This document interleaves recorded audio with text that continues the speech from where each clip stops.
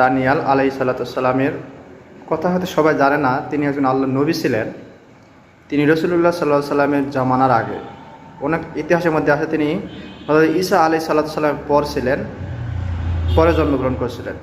সেই সময় বক্তের নাসর নামে একজন শাসক ছিলেন, মানে মুশরিক।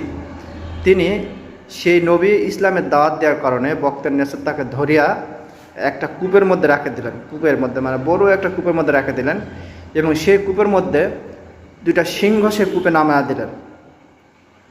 দুইটা কূপে সিংহ নামায়া দিয়ে সেখানে দানিয়াল আলাইহিস সালামকে সেখানে নামায়া দিয়ে রাখলেন, যেন সিংহরা তাকে ছিন্ন ভিন্ন করে খায়। এই জন্য তার শাস্তি স্বরূপ এখানে তাকে নামায়া দেওয়া হলো।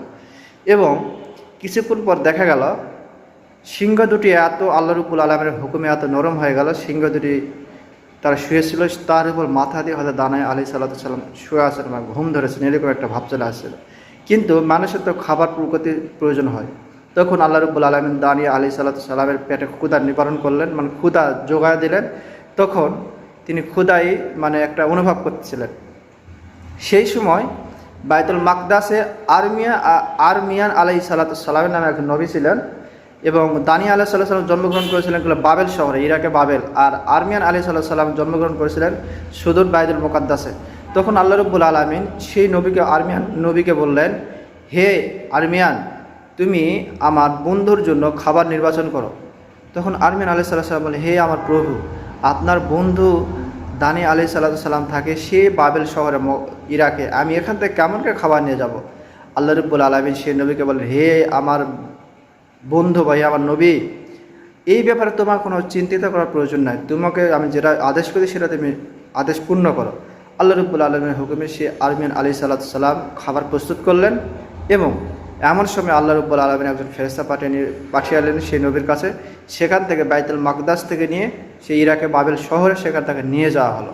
সুবহানাল্লাহ।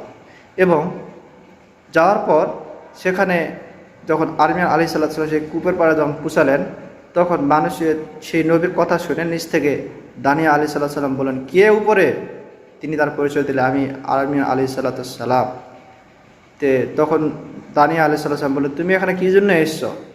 তখন সেই নবী বললেন, আরমিয়ান আলাইহিস সালাম বললেন যে, আমি আপনার জন্য খাবার তৈরি করে নিয়ে আসছি। তখন দানিয়াল আলাইহিস সালাম বলেন, আমি এখানে আছি একা, আমার খাবার প্রয়োজন, তুমি কেমন করে জানলে?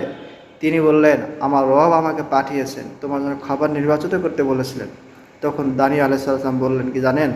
উদুনি ওয়াস্তাজিব লাকুম, কোরআনে একটা আয়াত আছে না, যে তোমরা ডাকাও এবং স্মরণ করো তোমার প্রভুকে, অবশ্যই তোমার প্রভু তোমাকে স্মরণ করবে।